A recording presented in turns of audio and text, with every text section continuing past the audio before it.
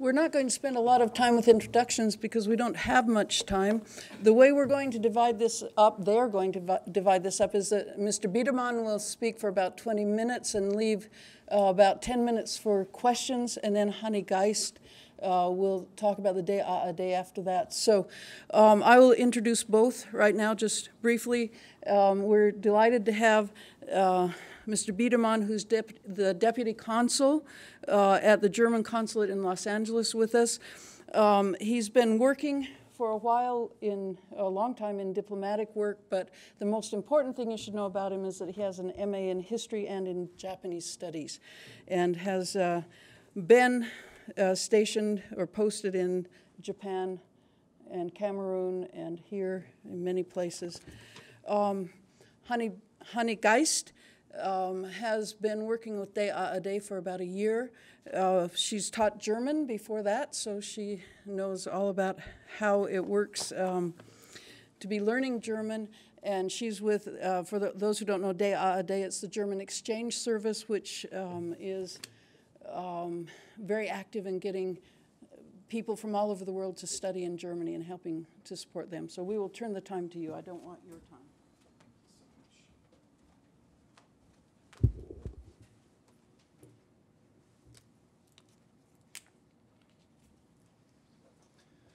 Good afternoon, Stefan Biedermann from the German Consulate in Los Angeles. I have been told I have 20 minutes, which is not much time for the topic that I have been asked to speak about, because it's a big one and one that has a lot of background that we should talk about. First of all, I will speak here as a private person and not as a representative of the Federal Republic of Germany, because if I speak as a representative of my ministry, you might also read what is written on our homepage and you might fall asleep. Diplomats' language normally is not very entertaining, and I've always tried to avoid this trap and speak as a private person, but sometimes maybe in a way that you might think, wow, this is a bit too sharp or a bit challenging, but I like that. And when we have Q&A later on, I would invite you to ask me challenging questions. I'm prepared to talk about everything that you have interest in. Another question, I have had the honor to speak here 2 years ago. Anybody in the audience who was there then, 2 years ago? You were there? You were there?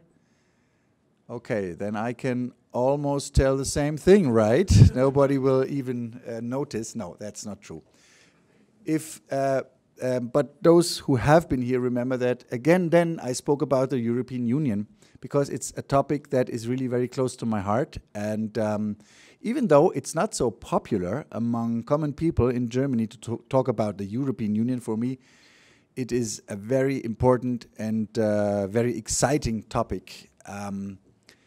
And what I have said 2 years ago is more or less not so different from what I would say today, but we have had some changes, especially this year, that are quite serious. You have followed the news, so you have read about the Ukraine and the crisis in the Ukraine and some other crises around, but the Ukraine crisis is the one in Europe. And that is a real challenge for the Union, and that will be my main point of my presentation today. First of all, what is the European Union? I know in your media the European Union are not playing a great role. Can I ask you to throw at me a couple of vocabulary that comes to your mind when you hear European Union? What's the first word that comes to your mind? Please, loud. The euro?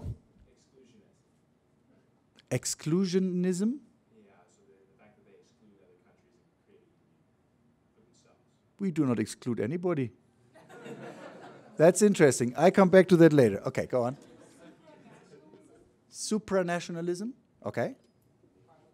Parliament? Okay. Somebody else? European Union? Debt, very good point.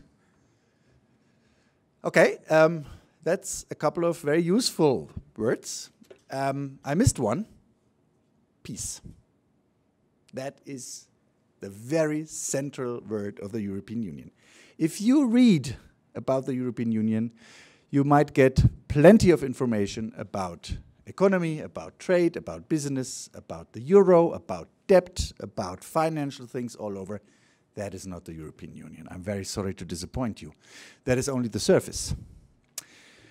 You might think this guy has strange thoughts, but go back 3 years when the European Union received the Nobel Peace Prize. Look it up in the internet and try to find the press release of the Norwegian Nobel Committee, where they give the reasons why they handed out the Nobel Peace Prize to the European Union. And there you will find the reasons, saying this is the first project in mankind where a whole continent starts to get rid of war. A whole continent tries to organize itself in a way that makes war impossible. And the main axis being the German-French friendship. That is the axis and the most important pillar of the European Union. So, okay, you say that's not what the newspapers write, but if the Nobel Committee said that, there must be some truth about that. I'm a historian, that's my background. As a historian, many things that on first sight look a bit strange, you can understand better if you go back a little bit. Look at Europe. Europe was the continent torn by wars all over for centuries. We have fought wars over religion, we have fought wars over territories, we have fought wars over ideologies, and many other reasons, one after the other. My generation, is the first generation in Europe that has never seen a war, and hopefully will never see one, and hopefully my kids also not. How come? Up to 1945, that was the era where this Europe was a continent of constant wars. As you know, by technological means, and I would also say by the ideologies that became more and more radical over the years, the wars became worse and worse in Europe. First World War. This year we have the 100th commemoration of the beginning of the First World War, 1914 to 1918.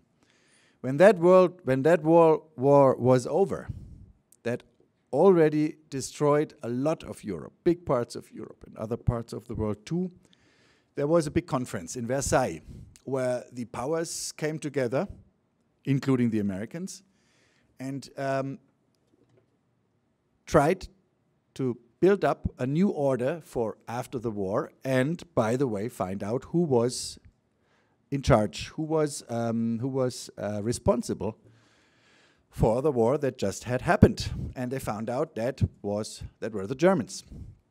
The Germans were the ones responsible for the First World War. The result being that in this treaty, the Germans were to pay for the damage they had done. In financial means, the treaty said that from 1919 on, the Germans would have to pay until 1988 to pay back the damages. A part of Germany was taken away, the French took it. Our industry, coal and steel, was taken away. The military was completely demilitarized, etc., etc. At that time, the Allied powers thought it was a good idea because Germany is big, Germany is dangerous. We just keep them down, then it won't happen again. The opposite happened. This peace treaty had a devastating effect in the German population. The German populations didn't think they were responsible for that the war had broken out. They had the feeling they were punished in a way that was not correct. And the anger was big. And this anger, again, was part of what made Hitler possible. Because Hitler was the one who said, this is not fair, this is hurting our honor, we are being discriminated against, and if you vote for me, then I will help to get over that Versailles Treaty. That's exactly what he did. And then he started the Second World War. So in 1945, the damage was even worse than in 1919. Again, Europe and the world had to face the question, first of all, how do we organize ourselves from now? And how do we handle this question, who was responsible for that? Who started all that? It was quite clear who started all that. That was Hitler. But, and you can call that a miracle, wise politicians on all sides, wise politicians, they do exist. Wise politicians on all sides sat together and said, we cannot go on like that anymore. That sounds very easy if you say that today, looking back. In 1945, where Europe was completely destroyed, where the anger against the Germans and the Nazis was immense, where millions of people were still displaced, maybe couldn't go back to their home countries. That was not an easy thing to do, to sit down and say, we have to change something in order to make this not happen again. There still was this small thought in the back of the heads of many who said, and we have to think about how to prevent the Germans to become too powerful again. So the idea that came up was, let's start something doing together. Let's just start some cooperation.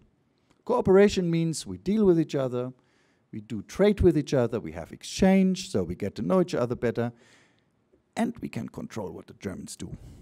So in 1950, the first union that actually was realized was the Coal and Steel Union. That was Netherlands, Belgium, Luxembourg, Germany, and France. Those 5 countries built the first union. There was only dealing with coal and steel. It's not by chance that steel was part of that package, because you know what you produce out of steel. So our neighbors thought, if we control the steel production in Germany, we can have an eye on that they would not start to produce weapons again. That was the basic thought of the European Union. It was a mixture of pragmatism, keeping those Germans down, restarting some kind of cooperation, mixed with something I would call a utopia. And the utopia was actually, we have to change this continent into something that makes war impossible. Since I have very, very few time, I will not elaborate what happened in the next 40 or 50 years. The union grew, the union got larger and larger. New members came in, one after the other, until we have now 28. Other parts of society, politics, economy became part of the common project. And the big break came in 1989, when the wall in Berlin came down. This year we have the 25th anniversary of the fall of the wall. All of a sudden, the European countries that had been cut off from Western Europe by the Soviets came in again. And the first thing they said was, can we become member of the European Union? We are part of the family, and we want to become members of the European Union. So after '89, very fast, the neighboring countries in the Central and Eastern European part of Europe became members. And enlargement of the Union went very fast. Some say too fast, because 10 years ago, when we accepted Romania and Bulgaria to become members, in the end we found out that they actually had not reached the standard that we normally demand before you become a member, and we had many troubles with them. But if you look at that from today, well, we have the trouble with the Russians, we are very happy that there's no vacuum down there, that everybody down there is in the boat and working with us. So this enlargement went on until we reached at 2008 a point where the financial crisis hit, and it hit hard. The European Union was hit hard by the crisis, because one of the basic construction mistakes that had been made all of a sudden came out. Nobody had seen it clearly before, but all of a sudden it was there. That was the point that we have a currency, the euro, that most of the member countries share, but we do not have a common financial and economic policy. So mostly the southern European countries have a completely different concept of how the state should work with money and economy compared to the northern European countries. And that broke up, and we are still about to fix that. That is a big question I could talk an hour about, but I only have, I think, 30 seconds left for that. So I will not elaborate that. And my topic, as you might have seen on the poster, is this old Europe versus new Europe. The financial crisis we have almost solved, I would say. After 6 years of hard work, many of the countries in trouble, like Portugal, Ireland, they recovered. Spain almost recovered. Italy, we don't know. Greece is still a problem, but its economy is so small that the union members quite agree that we can handle it. And now in 2014, something unexpected happened. There was the crisis in the Ukraine. We thought it was quite a natural thing that the government of the Ukraine decided to sign a treaty with the European Union of association. I mean, association is not a bad thing. It makes trade easier, it makes the traffic of people easier, it helps, it fosters friendship in a way. It is far away from anything of a membership. And still for the Russians, that was a reason of attacking the Ukraine. By international law, it was absolutely unacceptable what they did. Most of you might know. It was a breach of international law, and the crisis is not over. What I see these days happening in the Ukraine is a Russian president who does everything to destabilize the system there, to keep them down, to keep them fragile, in order to keep them in the circle of influence of the Russians and avoid as good as possible them approach the European Union further. So that came as a big surprise. We didn't think it was a big deal that the Ukrainians wanted to have with us better relationship in trade, in traffic, in things. And what also hit us was the way how Putin explained what he was doing. He actually used the rhetorics of the 19th century. He came back with all of that old thinking of territory, the honor of a nation, spheres of influence, geopolitics. So in Western Europe, where by the European Union we had thought that we had overcome this old way of thinking and replaced all these old concepts by new friendly concepts, all of a sudden it came up again. And for us Germans, out of two reasons, it was a shock even bigger than for some others. The first was our Chancellor, Angela Merkel. You might know that she grew up in Eastern Germany. That means at school, her first foreign language was Russian. She speaks decent Russian. President Putin, as you might have heard, served as a young man in East Germany as an officer for KGB. So he speaks good German. That means whenever Frau Merkel and President Putin meet, they can communicate easily. And they have a background that make them understand the other one easily, I would say. So we Germans thought that we had a very good communication and that our ways of influence by communicating were very good. So when the Ukraine crisis hit, Frau Merkel had several talks with President Putin, several telephone calls directly, with no result. We have to admit to ourselves with no result. So we have reached a point where we have to admit our relationship with Russia is not a special one. We have been defeated as everybody else around. So the next point, you might have heard that Germany imports a lot of its energy from Russia. We don't have our own natural resources. We have a bit coal, but not very much. So we import almost all our energy. And the gas is coming, most of the natural gas is coming in through a pipeline from Russia. So we are in a way dependent on Russian energy.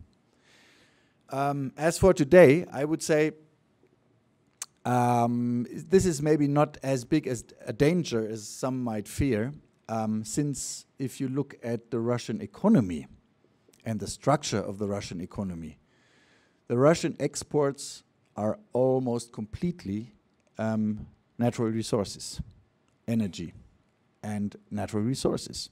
Or have you ever seen a Russian product standing here in a supermarket? I don't know one. No, it's true. So production in Russia is not big. The products are not cannot compete on the world market, and they sell a lot of natural resources to gain some income. So if they cut off that, that would hurt the Russians more than us in the end. This is a rational way of thinking. If you think about the moment when the first sanctions were being published by the US and Europe against Russia, do you remember what the first reaction of the Russians was? The prohibition of adopting Russian kids by American parents. That hit you hard, right? Okay, you laugh, you have understood. I mean, what I'm trying to say with that example is, it's not very rational how they react. So you never know what is going to happen with the gas supply that we get through Russia, even though it would hurt them more than us. That is the point that we have reached now. The positive aspect of this story for the European Union and also for the transatlantic friendship between the European Union and America is that I think through the actions and the rhetorics of President Putin, we find out, or we see more clearly, that in the end we share common values. So in Western Europe, there was a clear tendency that all of a sudden people said, wow, we have to stick together against what we see in the East. So for the Union itself, there is a positive aspect that we know now that is exactly that way of thinking, that way of politics, that we do not want ever have again in Western Europe. That makes us stronger in the end. And as far as the United States are concerned, you know, we have a lot of topics where we are not happy with the American government, but all of a sudden we find out, no, in this case it's quite clear. We have the same values. We don't like that. We have to stick together against that. So I see that as a positive aspect of this affair.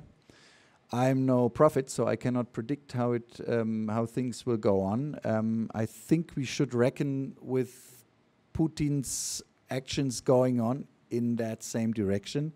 You might have also read in the newspapers that there is a clear majority of Russians who support him, which you might think, again, is a surprise, because the sanctions now start hitting the Russian citizens.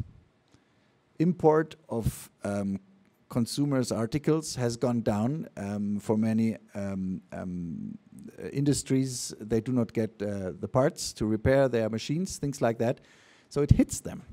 But a clear majority of Russians say in these hard times we have to stick to our president, which to us, again, is not very easy to understand. I would say, again, that is a way of thinking that we have overcome, more or less. So, my time is already finished. I had to simplify a little bit to make things more easy to understand. We have 5 minutes or 10 minutes for questions and answers, and I would ask you, please speak out and ask me what you want to know or what your comment would be. Thank you.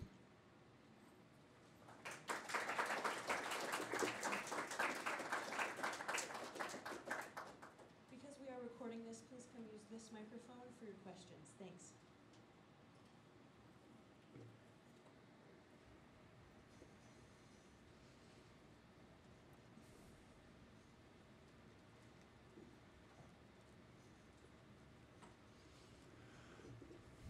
You mentioned towards the beginning that that the European Union wasn't a popular topic in Germany, and I was just wondering if you could expand on what you meant by that and why it isn't popular.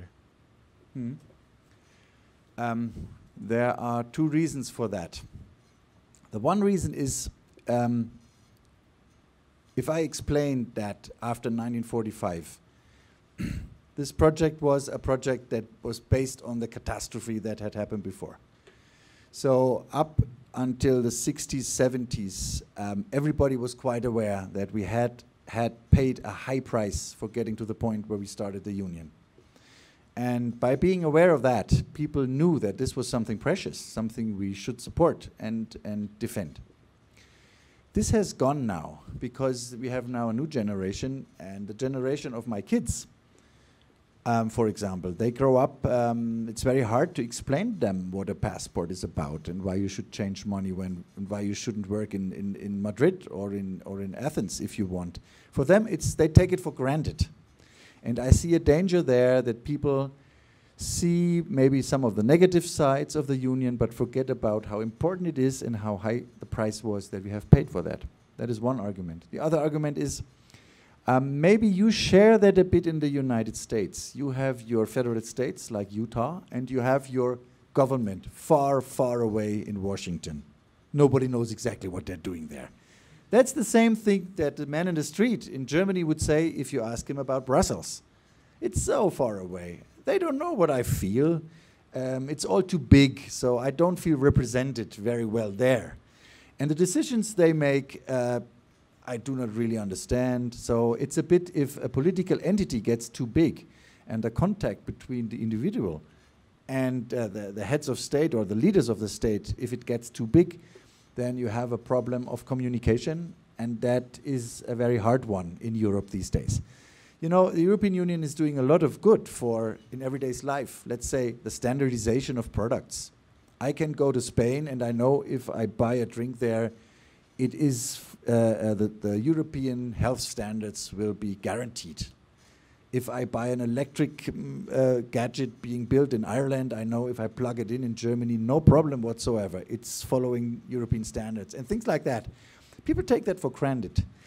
On the other hand, they see that sometimes in Brussels they have some new regulation that they do not really appreciate and do not like. And then again, oh, it's those guys in Brussels who disturb our everyday's life and things like that.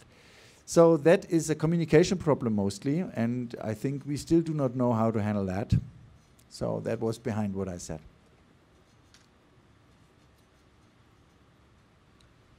Corey Chipman, European Studies major. One of the things that I've been studying this semester is TAFTA and this transatlantic trade agreement. Do you feel the unification against Russia will actually further the United States and the European Union in their discussion about better trade alliances? So maybe most of you know about that. There are negotiations underway for a transatlantic trade agreement between the European Union and the United States of America. My personal opinion would be that Russia and the Ukraine crisis will not have any influence on that, because the red line between pro and contra, at least in Europe, runs in a completely different direction. That is more a line between those who are pro-free enterprise and those who are afraid of, for example, that our health standards, our environmental standards might go down. And maybe you've heard that the one topic that really made a lot of people angry is this investment protection regulation regime that they have in some of these agreements that gives the possibility. I give you a simple example. If an American company engaged in a pharmaceutical company in Germany, and all of a sudden the German health authorities would take some medicaments from the market because they are not considered to be safe, then this American company could not only sue the German government, they would go through a separate entity that would then have the authority to regulate whether the company is right or the German state is right. And we in Germany think that is, in a way, does damage the authority of our national institutions, and that the state, the role of the state, is being hurt against business interests. That is something that the Germans don't like at all. We, as you know, we Germans trust very much in the state, and that the state regulates things, and we think, many Germans think business is only about the money and not about making people preparing a better life or something like that. So if an American company could then win against the German state by means of an extra entity that is not democratically elected or something, that is something we do not like at all. These are the points that are now heavily discussed in Germany and in Europe. I think in the end we will have an agreement, because the interest of free trade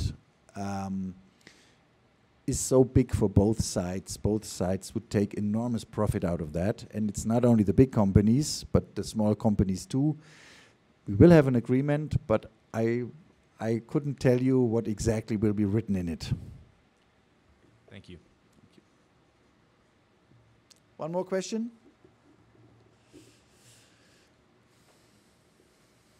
Hi, my name's Ethan Kennedy. I had a question about the 2014 European elections and whether or not Germans or Europeans in general are concerned with the increase in nationalistic groups and kind of far-right groups. Yes, we are. Yes, we are. This growing of the European Union by means of enlarging and by means of more and more integration was, for many citizens, went too fast. And I think the governments have to they have to understand that even if the governments think they have gone the right way, for many citizens it is not completely comprehensible what happened, and they start to be quite critical against the European Union. And what do people do in a situation like that? They opt in favor of something which they can understand, which normally means a smaller entity. So if you stand up in a, let's take the Scottish referendum, or maybe the next referendum that we will see in Spain, people tend to go back to their regions, not even national entities, but to their regions, because that is something you can understand. Whereas this big entity of the European Union is very hard to understand. There has been a strong trend in that direction, and I think one of the main tasks of the leaders of Europe will be to better communicate, maybe to slow down a little bit the speed of development, to give the citizens the opportunity to catch up and to go with their leaders. That is a challenge. I think it has been understood, but it's a difficult one. Okay? Is that fine?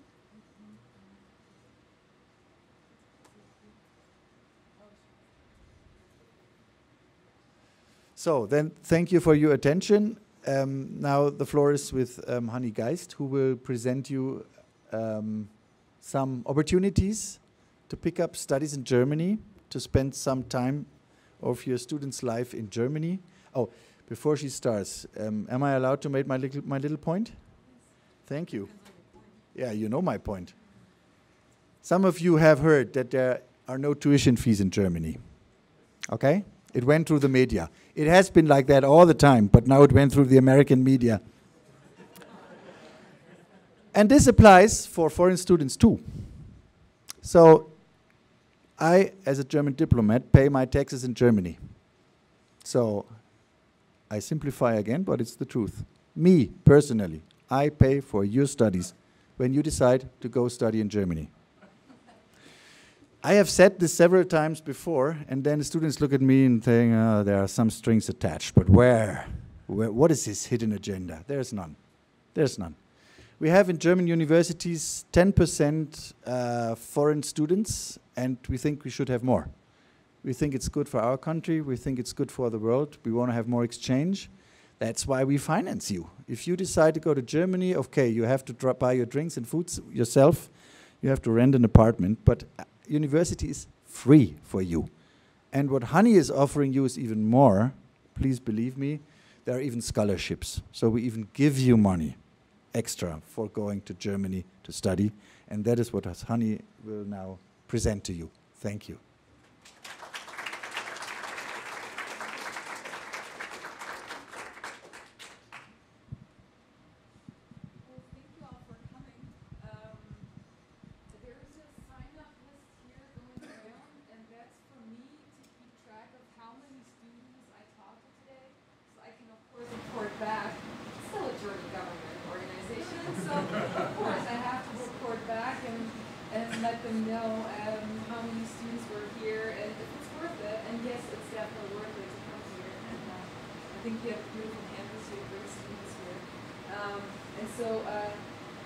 I asked you to give me your name and your email address and your major because I'm interested in who's here, just political science majors or majors from other areas.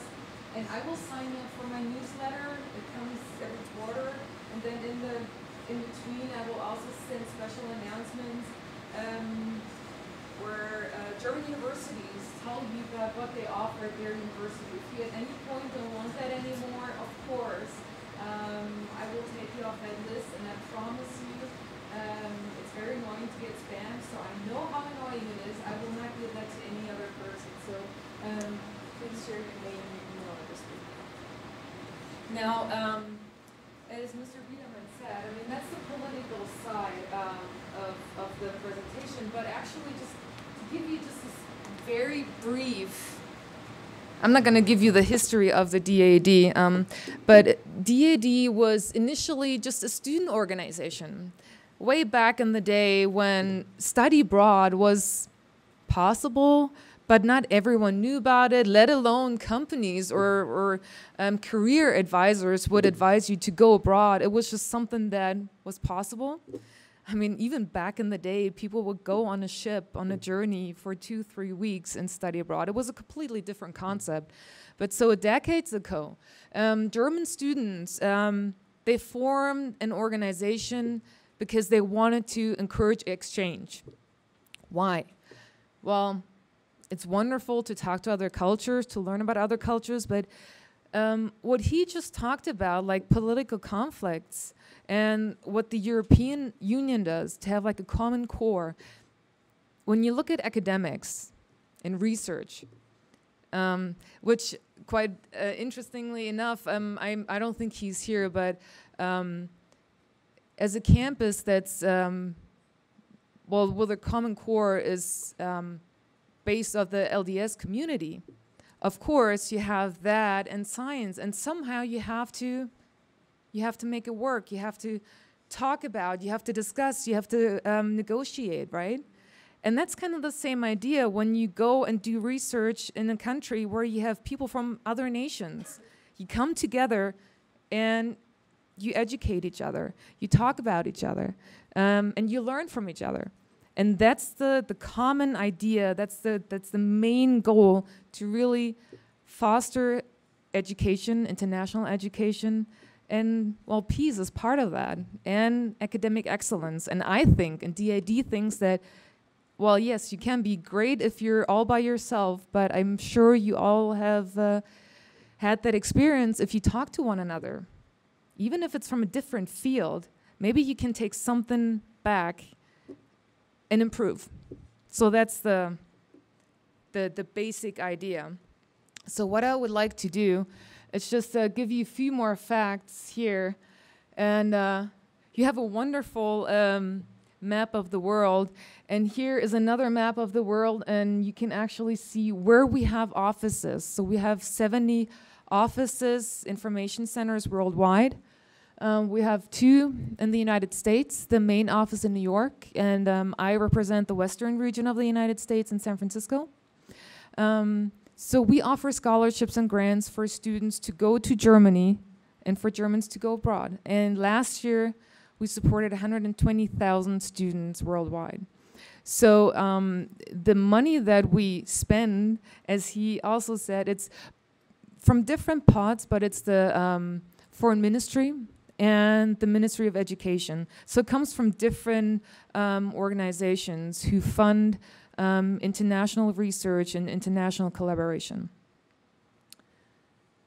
And well, how many of you have been to Germany? I've never seen that. That many hands come up, but of course, that it's not a surprise to me, and I think it's wonderful. I've spoken to many students today, and your German is very impressive to me. So if you would like to speak with me in German afterwards to talk about opportunities, I'm very happy to do so. All right, so why Germany? I mean, well, you were there, and maybe just a few. I mean, there are a few facts here, but you're probably here because you're interested in maybe going back to Germany and study in Germany, do an internship, maybe possibly work, do research. Would anyone or a few maybe share briefly why you think it's interesting or it's good, or why for your particular research it makes sense? There's no right or wrong answer, so I'm just curious of why you would like to do that. Yeah. I think being able to live in a different country and live amongst people of a different culture is really like opens your mind to a lot of different views, different, I guess, aspects of life that really help you shape the person that you are. Yeah, thank you. And to add to that, I can honestly tell you I've never thought so much about Germany and me being a German than being here, because you're confronted as me going to universities, and it's like, so what do Germans think, all of them, about topic X? And when you ask him, so what do Germans think, you're the representative of your country. When you go to Germany, you're the Americans, and Germans love to ask questions, sometimes very personal questions, which is just part of our culture, to really engage in a conversation. Sometimes it gets heated, but it's all in a very friendly way. We would just like to know. So yeah, that's a very good point. Someone else? Yeah. Yeah. Yeah. Okay. Mr. Biedermann actually already pointed out one and stole 1 point from me. The international students, and that's one fact, but what that means for you is that you have the resources, you have the infrastructure, you study with other students, you do research with other researchers from all over the world, and because there's international education, you have the resources, and you don't go there, you can always go to someone and ask questions of how to settle in, how to do certain things, and to engage in a conversation in an international setting. We have the third largest economy in the world and the largest in Europe, and that was also in the news over the past few weeks. And we have high academic standards despite the fact that there is no tuition. And I always like to give the example of University of Heidelberg, which is the oldest university in Germany, but it's also one of the universities that won one of the Excellence Awards, which means that they receive a little bit more funding, they have get more attention, and they have the title of an international excellent university, despite the fact that it's free. They're the oldest. So this is just something in addition to what we've already discussed. There. So here in the United States, you mostly have research institutions. You also have institutions that focus more on teaching. But in Germany, the difference is even a little bit more obvious. We have the research institutions. You can get a bachelor's there now, a master's, a PhD. And then we have universities of applied sciences, and those really focus on hands-on, practice-oriented teaching.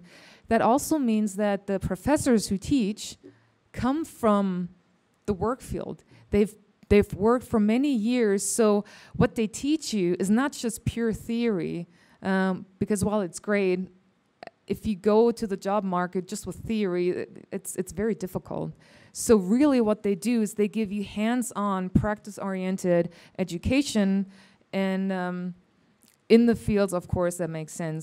You wouldn't be able to get a philosophy degree at an applied university, because the whole idea of a philosophy degree is to be very theoretical and to do research more on a theory basis. And then, of course, we have outstanding research institutes like the Max Planck Institute, Helmholtz Research Centers, and Fraunhofer Institutes. And they also not just offer the institutes, but they have their own funding. So if you're interested in anything science related, look up those institutes, those research centers, and they will offer positions, they offer funding, and they offer an opportunity for you to grow as a student and as a researcher. How to select the right program? Well, if you're a student right now and you want to go as only for 1 semester or 2 semesters, the first address would be your study abroad office, your international office, because there are programs already established, and that makes it a lot easier for you to transfer credits. They already know the institution, already is set in place. However, you can also study in Germany as a free mover, as an independent student. Of course, if you're interested in getting a master's degree, there are many international degrees now. So that's another aspect of the internationalization of German universities, especially on the master's level. There are a lot of programs now offered in English where you will study, like you will write papers in English. The whole program is offered in English. And you can find those programs on the websites that I mentioned, and they have some brochures, the green ones, that have all the important links. I'm going to skip that. Since we have 10 more minutes, and I'd like to tell you how much money we have and for whom. Generally speaking, DAD supports all majors, all fields, various lengths of stay. We support students who want to go to Germany and study something that has nothing to do with Germany as a field, but where you are, for example, engineering, and where you potentially are in a program where you only speak English. But because it is in Germany, it's relevant for Germany, you may go to Germany, apply for a program, and study, and receive funding from DAD. And you always get health insurance, so if you are in Germany, you're definitely covered. And you get some travel stipends as well. So for undergraduates, we have a grant that would allow you to go for either 1 semester or 2 semesters to study, either in an established program offered through BYU or through a third-party provider, or you can go as an independent student. If you find a university that really interests you, you want to work with a certain professor, we're happy to fund you, and if you want to go as an independent student.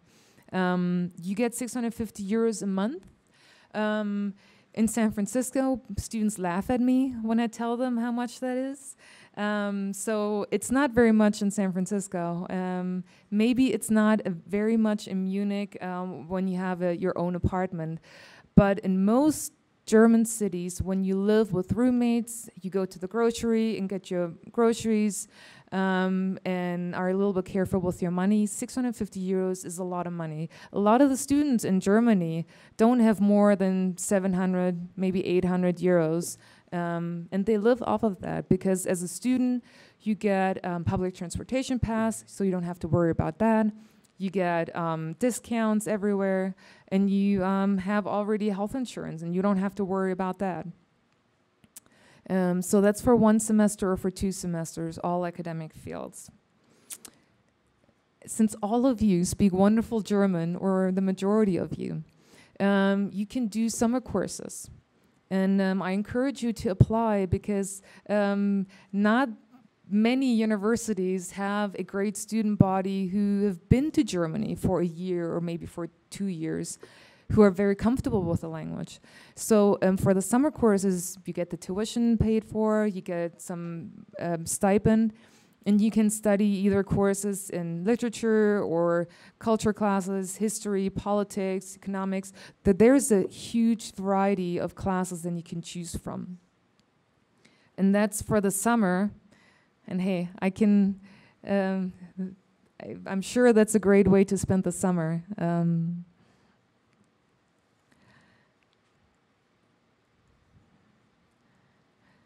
The Bundestag internship is for students, and again, you have a great advantage here, for students who are comfortable speaking, writing German, who are interested in politics, but it's not just politics. Also, if you're interested in politics, but you study law, history, economics, or German, but you have a good understanding, a solid understanding of the political system in Germany, of the party system in Germany, you should apply to the internship. It's a great opportunity for you to work with politicians in Germany and connect, and possibly, you don't know what they offer afterwards or who you meet. You may be able to meet someone who could offer you a job afterwards. The deadline passed. That wasn't a mistake. Yes, it was September 15th, 2014, but this is a program that's established. So next year, there's going to be another round of applications. So if you play with the idea, go to the website, look at what you need to do, and maybe start slowly planning your application for this scholarship. You have to be really patient with this clicker. There. For those of you who are particularly interested in German studies, and again, this could be German history, German literature, German culture, various fields, your department chair has to nominate you. But I'm sure if you go to your department chair and share your ideas, they'll be happy to write a recommendation letter for you, and you will be able to do research next summer in Germany, and it's paid for. So there is no deadline. The reason because there is no deadline is because we have a pot of money. Once it's empty, it's empty. So this is on a rolling basis for now until we don't have any funds, and then we have to wait again to receive more funding.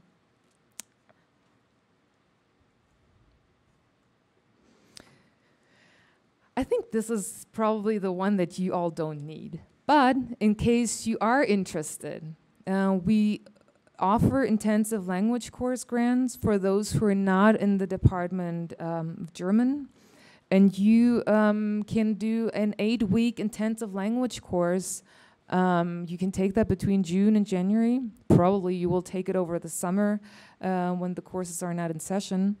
And then you get the tuition paid for, living expenses, housing, health insurance.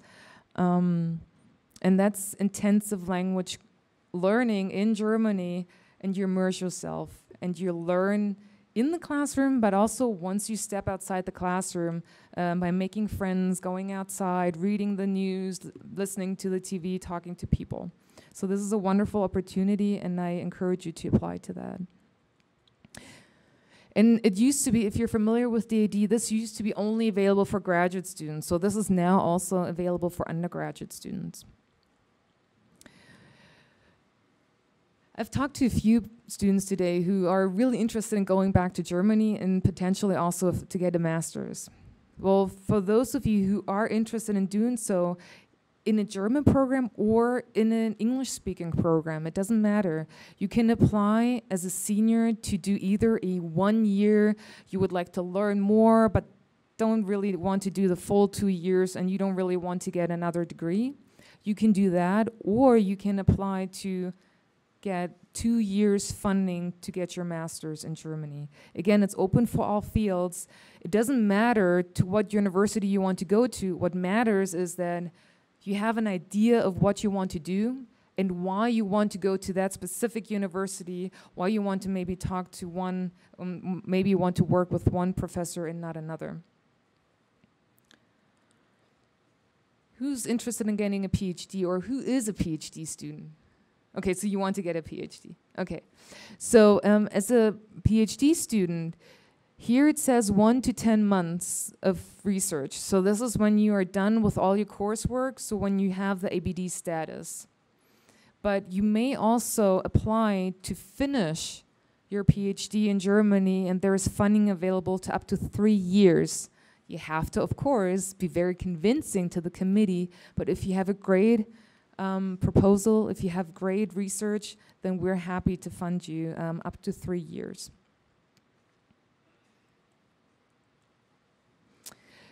Most of the applications are now online.